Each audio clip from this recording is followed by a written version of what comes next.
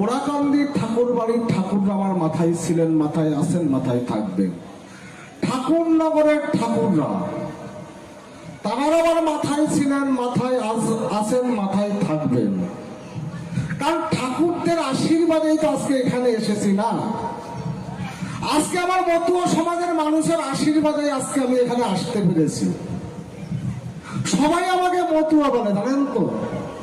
বাস্তবে মতুয়া হতে গেলে যে অধিকার, যে কর্মকাণ্ড, যে কর্মক্ষেত্র, যেটা পরিধি দরকার, সে পরিধিতে আমি এখনো প্রবেশ করতে পেরেছি কিনা আমি জানি না। তবে সমগ্র বিশ্বের মতুয়াদের কাছে আমার একটাই দাবি, মতুয়া ভক্তদের কাছে আমার একটাই প্রার্থনা, আমি যেদিন এই ধরাধাম থেকে চলে যাব, তাহলে সত্যিকারের একজন মতুয়া হতে পেরে এই ধরাধাম থেকে আমি চলে যেতে পারি, এইটুকুনি আশীর্বাদ করবেন আমাকে। আর বেশি কিছু চাওয়া বা আমার পাওয়ার নেই আপনাদের কাছে। তাই শুধু সমগ্র বিতর্কের অবসান ঘটিয়ে আজকে আমি আপনাদের ঘরের সন্তান, যদি কখনো ভুল ত্রুটি হয়ে থাকে বক্তব্য দিতে যে আমাকে ক্ষমা করবেন। আজকে দেখুন, মতুয়া কেন হলাম, কেন আমাদেরকে মতুয়া বলা হয়? আমরা তো মতুয়া ছিলাম না। ব্রিটিশ ভারতের জনলিপিতে যে ব্রিটিশরা যে ভারতবর্ষকে শাসন করত, ব্রিটিশ ভারতের জনলিপিতে আমাদের কিন্তু চন্ডাল বলে আখ্যায়িত করা হতো। যেটা আমার গোসাই বলে গিয়েছেন একটু, চন্ডাল কথাটা, চন্ডাল বলে আমাদেরকে আখ্যায়িত করা হতো। অখণ্ড ভারতবর্ষের পূর্ব প্রান্তে আমাদের সম্প্রদায়ের মানুষের বাস ছিল। নিচু জাতি 36টি জাতি মিলে তাদেরকে ব্রিটিশ ভারতের জনলিপিতে চন্ডাল বলে আখ্যায়িত করা হতো। এই চন্ডালদের না ছিল ধর্মীয় অধিকার, এই চন্ডালদের না ছিল শিক্ষার অধিকার, এই চন্ডালদের না ছিল সামাজিক অধিকার। কারণ সেই সমসাময়িক সময়ে ব্রাহ্মণ্যবাদী সমাজের দ্বারা অত্যাচারিত হয়ে আমার সমাজের মানুষ খ্রিস্টান মিশনারিজ দ্বারা বা আরব্য সাম্রাজ্যবাদী যারা ভারতবর্ষকে আক্রমণ করেছিল, আরব্য সাম্রাজ্যবাদী দ্বারা বিভিন্ন ধর্ম পরিবর্তন করেছিলেন। সেই সমসাময়িক সময়ে আমার এই সূক্ষ্ম সনাতন ধর্মে আমরা যারা ছিলাম,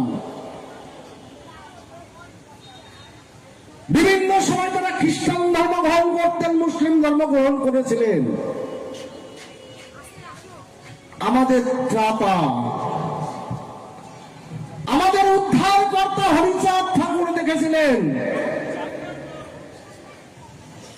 আমি যদি এই সমাজকে রক্ষা করতে না পারি, যে সূক্ষ্ম সনাতন ধর্ম একটা সময় বিলীন হয়ে যাবে পূর্ব এরিয়া থেকে, ভারতবর্ষ থেকে। আমার ঠাকুর অবতীর্ণ হলেন, হরিচাঁদ ঠাকুর এই সমাজকে উদ্ধার করার জন্য। আমার ঠাকুরের কাছে যখন আমার সমাজের চন্ডালেরা দলে দলে গিয়ে প্রশ্ন করলেন, ঠাকুর আমরা কোথায় যাব, আমরা কি করে আমাদের ধর্মীয় অধিকার ফিরে পাবো, ঠাকুর আমরা কি করে আমাদের চন্ডালত্ব মোচন হবে, ঠাকুর তুমি আমাদেরকে বলে দাও। ঠাকুর আমাদের তো মন্দিরে প্রবেশ করার অধিকার নেই, ঠাকুর আমরা আমাদের ধর্মীয় অধিকার কিভাবে রক্ষা করব? আমার ঠাকুর বলেছিলেন, ওরে পাগল, তোর ঘরই তো তোর একটা মন্দির, তুই তোর ঘরে মন্দির প্রতিষ্ঠা করে পূজা অর্চনা শুরু কর।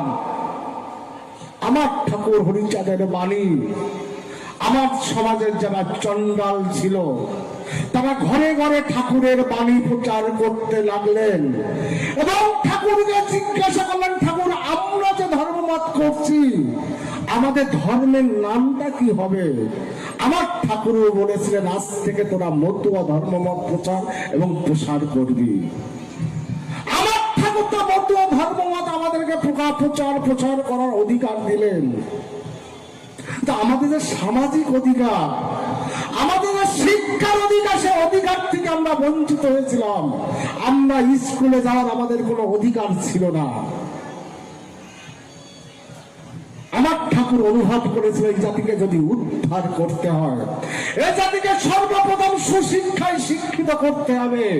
আমার ঠাকুর গুরু হরিচাঁদ ঠাকুর তার সুযোগ্য পুত্র পরম দয়াল গুরুচাঁদ ঠাকুরকে দায়িত্ব দিলেন যে এই জাতিকে যদি উদ্ধার করতে হয়, তাহলে এই জাতিকে আগে সুশিক্ষায় শিক্ষিত করে তুলতে হবে। আজকে আমরা আধুনিক ভারতে, সর্বশিক্ষা জনক যে কথাটা ভারতবর্ষে প্রচলিত আছেন, আজকে যদি সর্বশিক্ষার জনক আমরা কাউকে বলতে পারি, সেটা হচ্ছে আমার পরম দয়াল শ্রী শ্রী গুরুচাঁদ ঠাকুর হলেন আমার এই আধুনিক সর্বশিক্ষার জনক। কারণ আমার গুরুচাঁদ ঠাকুর যতগুলো স্কুল পাঠশালা তৈরি করেছিলেন, বিশ্বের কোন সমাজের কোন নেতৃত্ব এতগুলো স্কুল পাঠশালা বিদ্যালয় তৈরি করে যেতে পারেননি। তাই আমি বলবো, আমার ঠাকুর গুরুচাঁদ ঠাকুর হলো আধুনিক ভারতের সর্বশিক্ষার জনক। আজকে স্বচ্ছ ভারত মিশন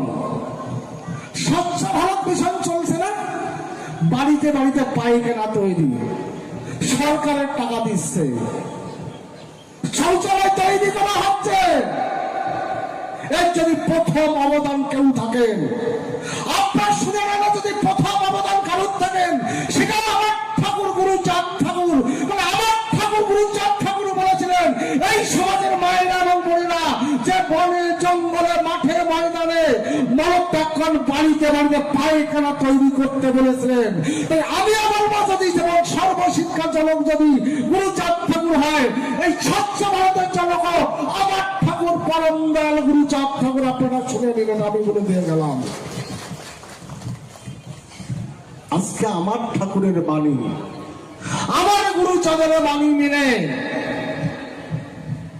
আমার গুরুচাঁদ বলে গিয়েছিলেন, খাও বা না খাও সন্তানকে স্কুলে পাঠাও, খাও বা না খাও সন্তানকে স্কুলে পাঠাও। আমিও কিন্তু একজন উদ্বাস্তু পরিবারের সন্তান। আমার বলতে বা লিখতে কোথাও লজ্জা লাগে না। আমার বেড়ে ওঠা রাস্তার পাশে, কিন্তু আমার মাকে একটা জিনিস দেখেছি, আমাদের সঠিকভাবে 3 বেলা খেতে দিতে পারতেন না। তো আমার মার একটা মাত্র লক্ষ্য ছিল, ছেলে মেয়েকে সুশিক্ষায় শিক্ষিত করতে হবে। আমার মাকে দেখেছি আমি দুপুরে যে রান্না করতে 1 মুঠো করে চাল রেখে যেত আলাদা হাঁড়িতে। সেই চাল দিয়ে মাসের শেষে 3 কেজি চাল হতো। সেই 3 কেজি চাল মাসের শেষে কেনা লাগতো না, 2 দিনে 3 কেজি চাল লাগতো। সেই চাল বিক্রি করা সেই পয়সাটা বাঁচিয়ে আমার মা দেখেছি আমাদেরকে পড়াশোনা করিয়েছেন। তাই আমার গুরুচাঁদের বাণী আমার সমাজের মায়েরা, আমার গুরুচাঁদের বাণী আমার সমাজের মায়েরা বোনেরা সেই আদিকাল থেকে পালন করে চলেছেন। দৃঢ় চিত্তে দৃঢ় কণ্ঠে আমি এখন বলতে পারি, বিশ্বের এমন কোন সমাজ নেই যে সমাজ থেকে আমার সমাজ আজকে শিক্ষা দীক্ষায় পিছিয়ে আছে। এটা আমি দৃঢ় চিত্তে দৃঢ় কণ্ঠে বলে যেতে পারি। আমার সমাজ কোথাও পিছিয়ে আছে জানেন? আমার সমাজ পিছিয়ে আছে রাজনৈতিক ক্ষেত্রে। আমার ঠাকুর গুরুচাঁদ ঠাকুর বলেছিলেন, যে জাতি রাজা নেই সে জাতির তাজা নেই। রাজা তৈরি করতে হলে শুনুন, কোন সমাজ বা কোন সভ্যতা সহজে আপনাকে তার জায়গা ছেড়ে দেবে না।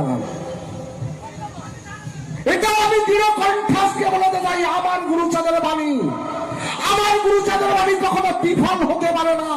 আমার গুরুচাঁদের বাণী কখনো মিথ্যা হতে পারে না।